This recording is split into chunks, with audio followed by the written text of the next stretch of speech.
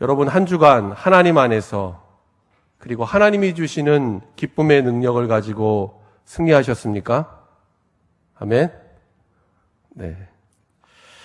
하나님이 우리에게 말씀하십니다. 저를 따라서 함께 믿음으로 이렇게 선포하겠습니다. 여호와로 인하여 기뻐하는 것이 너희의 힘이라. 너희의 힘이라. 아멘. 하나님께서는 하나님 때문에 기뻐하는 자에게 새 힘을 주십니다. 그리고 그를 지키는 피난처와 요새가 되십니다. 여러분, 그래서 그리스도인은 상황과 환경 때문에 기뻐하고 만족하거나 반대로 슬퍼하며 낙심하는 사람이 아닙니다.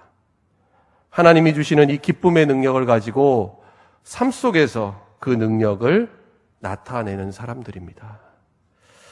우리는 지난주 금요일 느헤미야 8장의 말씀을 통해 포로 귀환했던 이스라엘 백성들이 하나님의 말씀을 듣고 죄를 깨달아 하나님 앞에 회개하며 그 말씀을 통해 참된 능력과 기쁨을 회복하게 되었던 것을 말씀을 통해 보았습니다.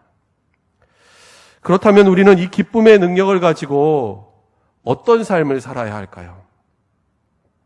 우리가 진정 하나님 안에서 참된 기쁨을 누리고 있다면 마땅히 하나님께 그 기쁨으로 우리의 삶을 드려야 한다는 것입니다. 나 혼자 기쁨을 누리고 만족하는 이기적인 신앙에 머물러서는 안 된다는 것이죠. 여러분, 우리의 삶을 예배에 비유할 때가 있는데 예배가 무엇입니까? 예배는 먼저 하나님께 우리가 감사와 영광과 찬양을 올려드리는 것입니다. 그리고 이와 동시에 하나님께서 예배를 통해 우리에게 베풀어 주시는 은혜와 복, 하나님의 사랑을 우리가 받고 누리는 것입니다. 하나님께 드리는 것, 그리고 하나님으로부터 받고 누리는 것 둘 다가 반드시 있어야 합니다. 기쁨도 마찬가지입니다. 우리가 어떠한 형편과 상황 가운데 있을지라도 하나님 안에서 기쁨을 누리고 진정 하나님 앞에 우리의 삶을 기쁨으로 드릴 때 기쁨으로 헌신하며 섬기는 삶을 살아갈 때 하나님께서는 그 삶을 통해 영광을 받으신다라는 것입니다. 그것이 진정 성경이 말씀하고 있는 하나님을 기쁘시게 하는 삶입니다.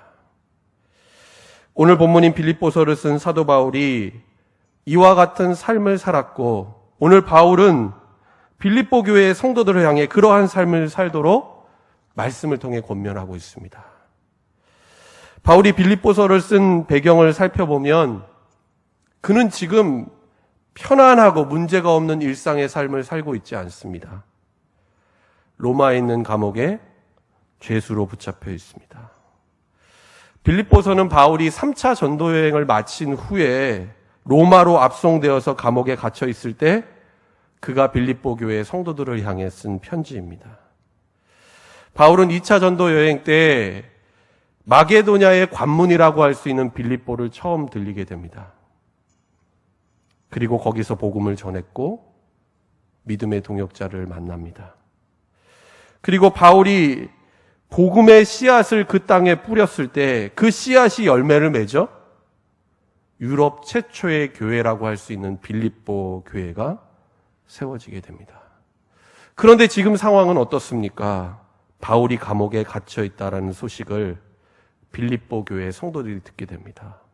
이들이 어땠을까요? 근심했습니다. 그리고 바울의 안위를 걱정합니다. 그러나 바울은 이들에게 보내는 편지 가운데 거듭해서 이렇게 말하고 있습니다. 주 안에서 기뻐하라. 항상 기뻐하라.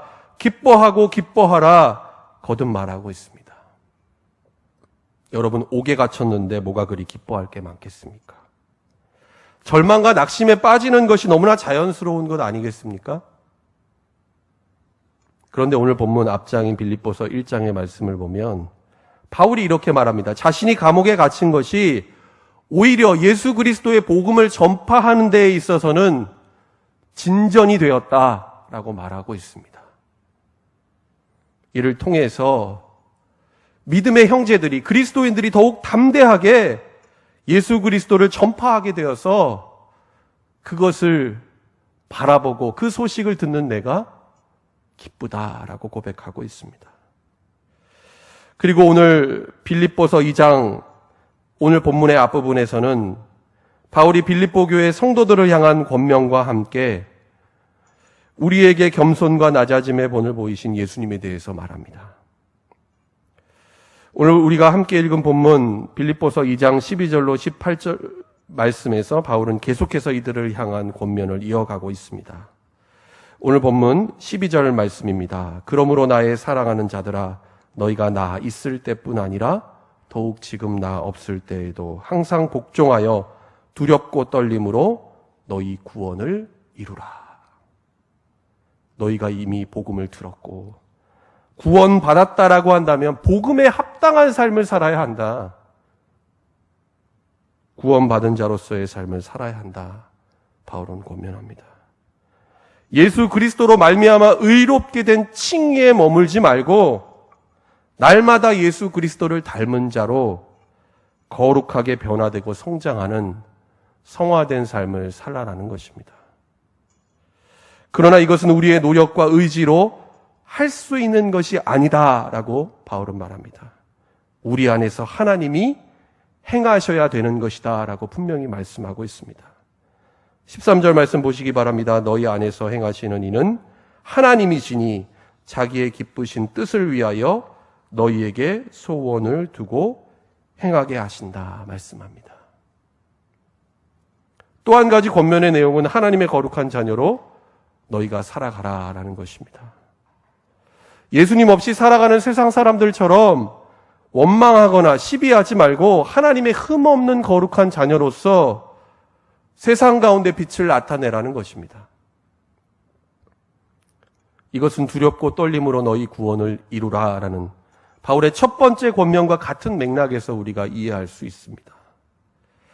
16절 말씀에 보면 그래서 바울이 마지막 그리스도의 날에 하나님 앞에 섰을 때에 자신이 복음을 전하고 수고하며 헌신했던 것들이 헛되지 않고 이들을 통해 주님 앞에 자랑할 것이 있기를 원한다라고 말하고 있습니다. 그렇다면 오늘 본문 가운데 이들을 향한 바울의 마지막 권면은 무엇일까요? 오늘 본문 18절 말씀 우리 같이 함께 읽겠습니다. 이와 같이 너희도 기뻐하고 나와 함께 기뻐하라. 내가 기뻐하는 것처럼 너희도 기뻐하라는 것입니다. 그런데 이 구절에서 중요한 것은 이와 같이입니다.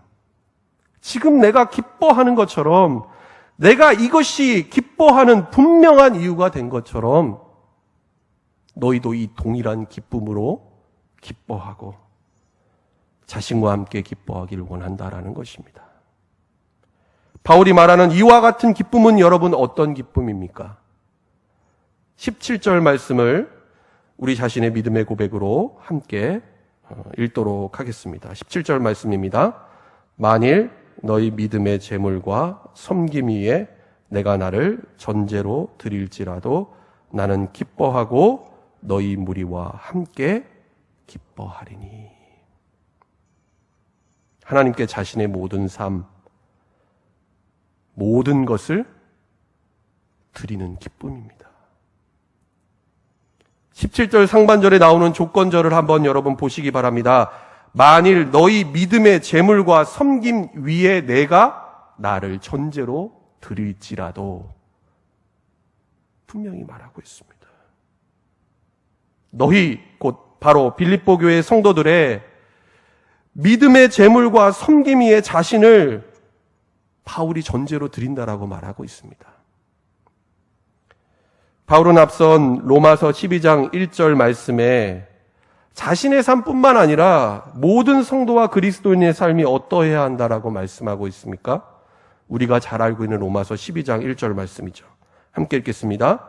그러므로 형제들아 내가 하나님의 모든 자비하심으로 너희를 권하노니 너희 몸을 하나님이 기뻐하시는 거룩한 산 제물로 드리라. 이는 너희가 드릴 영적 예배니라. 아멘. 여러분, 하나님께서 우리에게 원하시는 것은 무엇일까요? 금과 은과 같은 보화입니까? 아니면 소와 양과 같은 제물입니까? 구약성경 미가서 6장 6절로 8절 말씀에 보면 뭐라고 말씀하고 있습니까? 6절로 8절 말씀 제가 읽겠습니다. 내가 무엇을 가지고 여호와 앞에 나아가며 높으신 하나님께 경배할까? 내가 번제물로 1년 된 송아지를 가지고 그 앞에 나아갈까? 여호와께서 천천의 수장이나 만만의 강물 같은 기름을 기뻐하실까? 내 허물을 위하여 내 맏아들을 내 영혼의 죄로 말미암아 내 몸의 열매를 드릴까? 사람아, 주께서 선한 것이 무엇임을 내게 보이셨나니 여호와께서 내게 구하시는 것은 오직 정의를 행하며 인자를 사랑하며 겸손하게 내 하나님과 함께 행하는 것이 아니냐. 분명히 말씀합니다. 하나님께서 우리에게 원하시는 건 무엇일까요? 공의를 행하며 인자를 사랑하고 하나님을 사랑하고 내 이웃을 사랑하며 겸손하게 하나님과 함께 그 뜻을 행하는 것입니다. 다시 말하자면 우리의 삶을 하나님께서 기뻐하시는 거룩한 제물과 예배로 주님께 드리는 것입니다. 그런데 오늘 본문 17절에서 바울이 자신을 전제로 드린다라는 이 말씀을 우리가 읽으면서 전제가 과연 어떠한 제사인지를 우리가 생각해 볼 때에 우리는 놀라지 않을 수 없습니다. 전제는 영어 성경에 보면 drink offering, 부어 드리는 제사입니다. 히브리어로는 네세크, 바울이 오늘 본문에서 사용하고 있는 헬라어 스펜도라는 단어 역시 들이붓다, 완전히 다 쏟아붓는다라는 의미를 가집니다.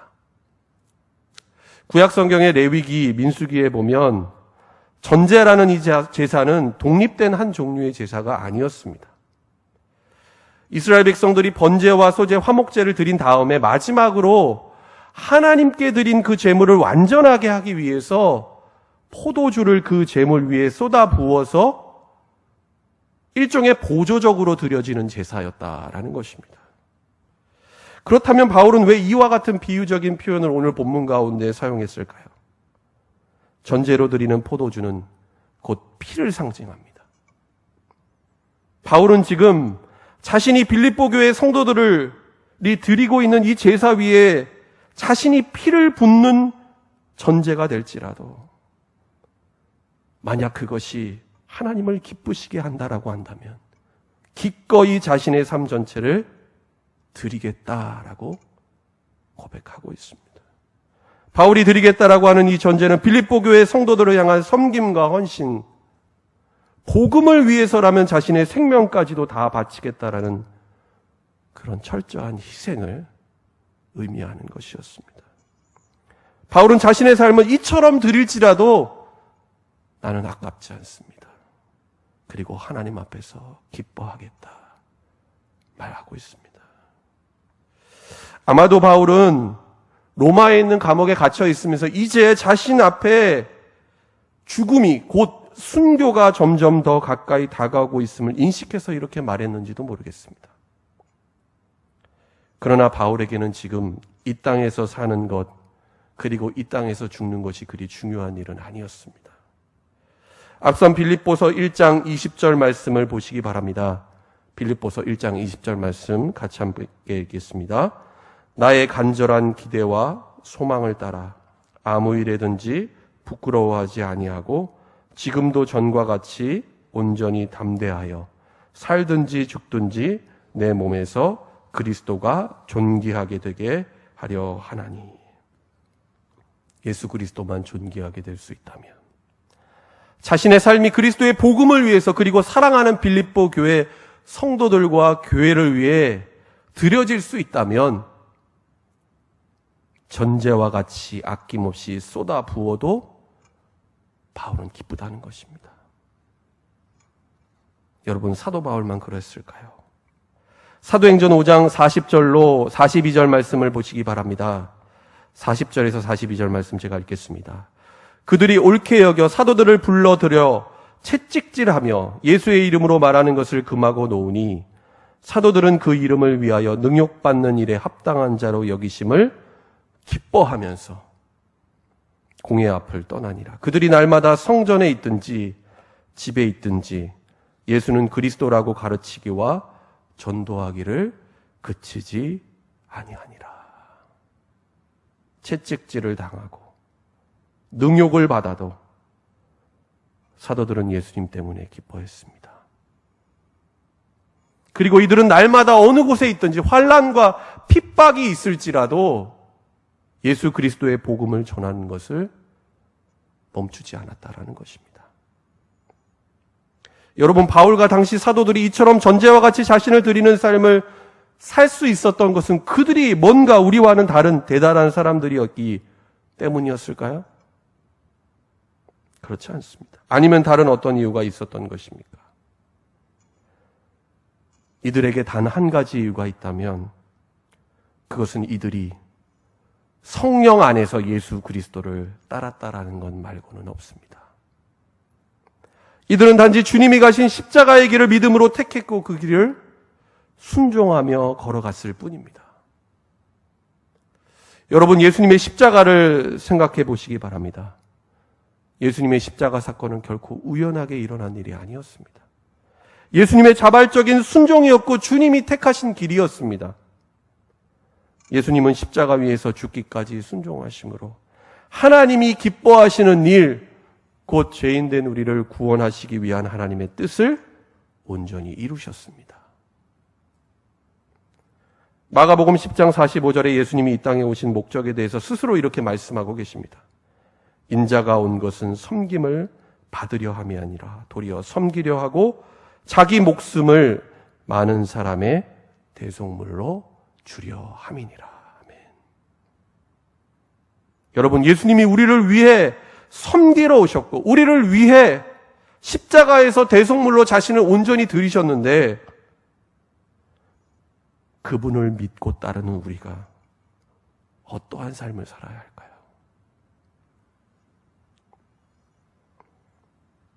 그런데 우리가 삶의 현실 속에서 이렇게 사는 것이 쉽지 않은 이유가 있습니다. 왜일까요? 오늘 바울이 고백하고 있는 것처럼 우리의 삶을 전제로 드리지 못하는 이유가 무엇 때문이겠습니까? 그것은 우리가 하나님께 드리는 믿음의 삶에 있어서도 우리가 현실적인 보상과 대가를 바라고 나의 공로, 나의 이름, 나의 영광이 나타나기를 기대하는 것이 우리 마음 가운데 있기 때문 아니겠습니까? 오늘 지금 바울의 상황을 여기에 대입해 볼 때 바울이 정말 복음 전파를 위해 최선을 다했고 눈물의 수고와 헌신을 통해서 사역했다라고 한다면 당연히 그 열매와 대가는 달고 풍성해야 할 것인데 여러분, 바울 지금 어떤 상황 가운데 있습니까? 도리어 감옥에 갇혀 있습니다. 그리고 언제 형장의 이슬로 사라져 버릴지도 모르는 그런 상황 가운데 놓여 있습니다. 이런 바울을 바라볼 때 바울 자신은 물론이고 빌립보 교회의 성도들 역시 어떠한 반응이 나오는 게 자연스러운 것일까요? 내가 그동안 헛된 수고를 한 것은 아닌가? 후회하고 근심하며 염려해야 하지 않겠습니까? 그러나 바울은 분명하고 확실하게 말합니다. 오늘 본문 17절 하반절과 18절의 말씀입니다. 함께 읽겠습니다. 나는 기뻐하고 너희 무리와 함께 기뻐하리니 이와 같이 너희도 기뻐하고 나와 함께 기뻐하라. 아멘. 여러분, 어떻게 그럴 수 있었을까요?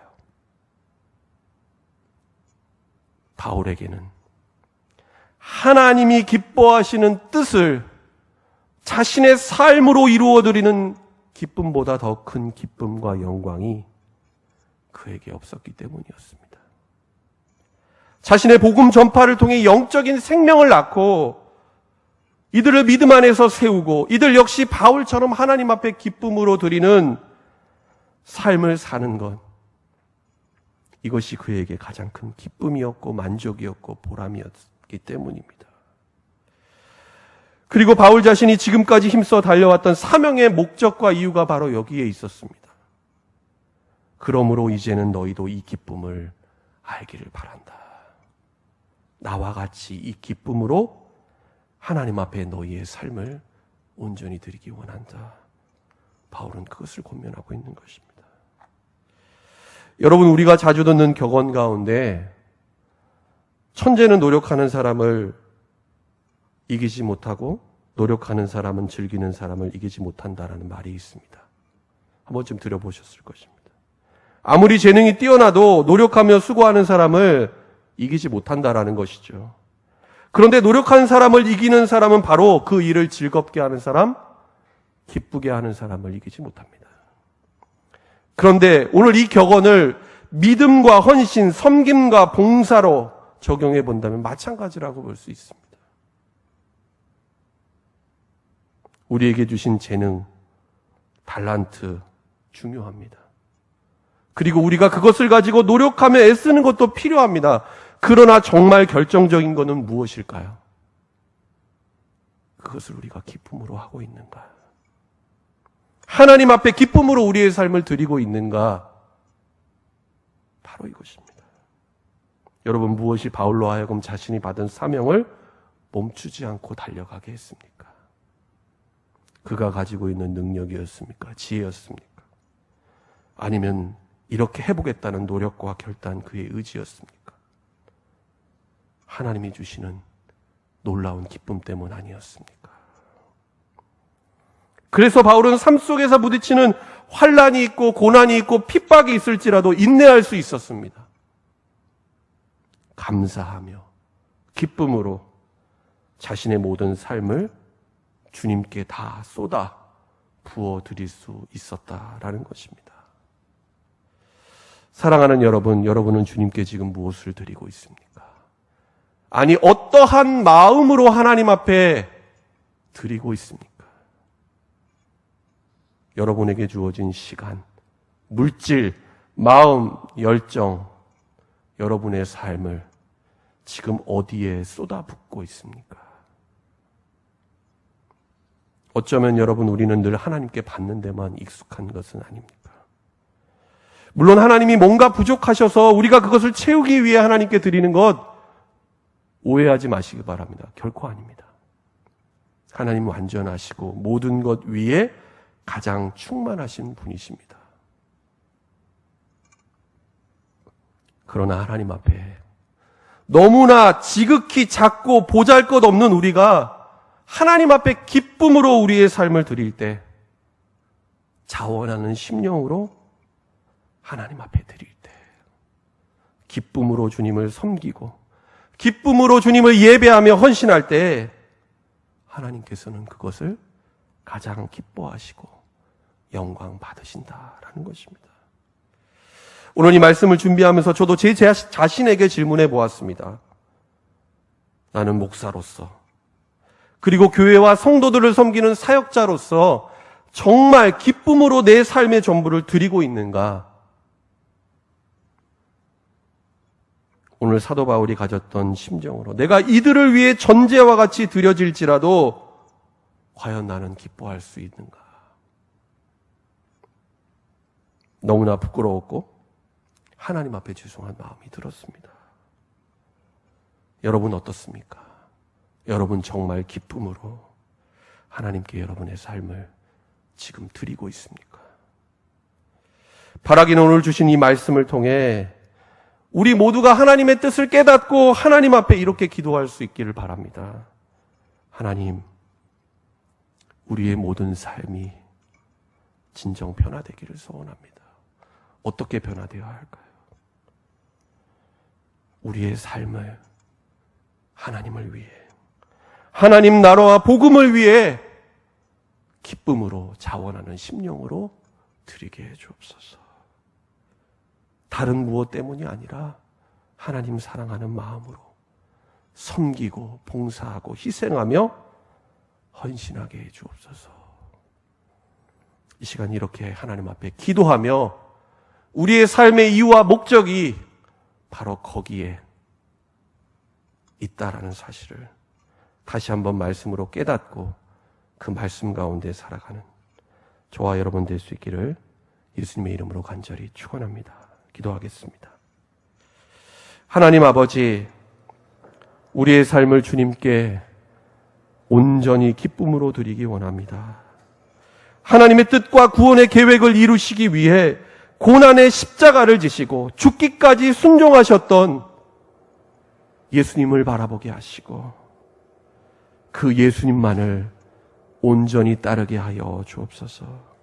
자신의 삶을 전제로 다 쏟아 주님께 드릴지라도 나는 기뻐하고 기뻐한다라고 고백했던 바울처럼 하나님이 우리에게 주신 시간과 물질, 하나님 우리의 마음과 정성, 우리의 모든 삶을 하나님께 기쁨으로 드리길 원합니다. 하나님, 우리의 삶을 성령으로 인도하시고 기쁨으로 드리는 우리의 삶을 통해 하나님 영광 받아 주옵소서. 예수님의 이름으로 기도드립니다. 아멘.